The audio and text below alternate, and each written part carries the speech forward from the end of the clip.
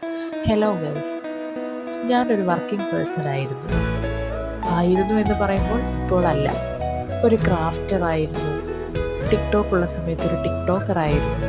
അവിടെ നിന്നെല്ലാം ഞാനിപ്പോൾ സീറോയിലാണ് എത്തി നിൽക്കുന്നത്. സീറോയിൽ എത്തി നിൽക്കുന്നിടത്തുനിന്നാണ് ഞാൻ ഇങ്ങനെ ഒരു ചാനൽ സ്റ്റാർട്ട് ചെയ്തത്.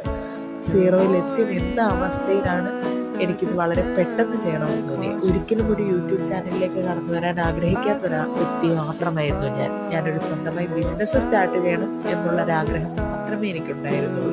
അവിടെ നിന്നും യൂട്യൂബ് ചാനലിലേക്ക് എത്തിച്ചത് കൂടുതൽ ആൾക്കാരിലേക്ക് എൻ്റെ ബിസിനസ്സിനെ എത്തിക്കുക എന്നുള്ള ലക്ഷ്യം മാത്രമായിരുന്നു.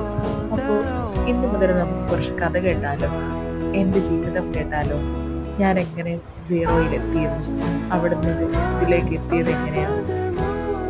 അപ്പോൾ ഇങ്ങനെ തുടങ്ങിയില്ലേ, നിങ്ങളുടെ സപ്പോർട്ടാണ് എനിക്ക് ഏറ്റവും അത്യാവശ്യം.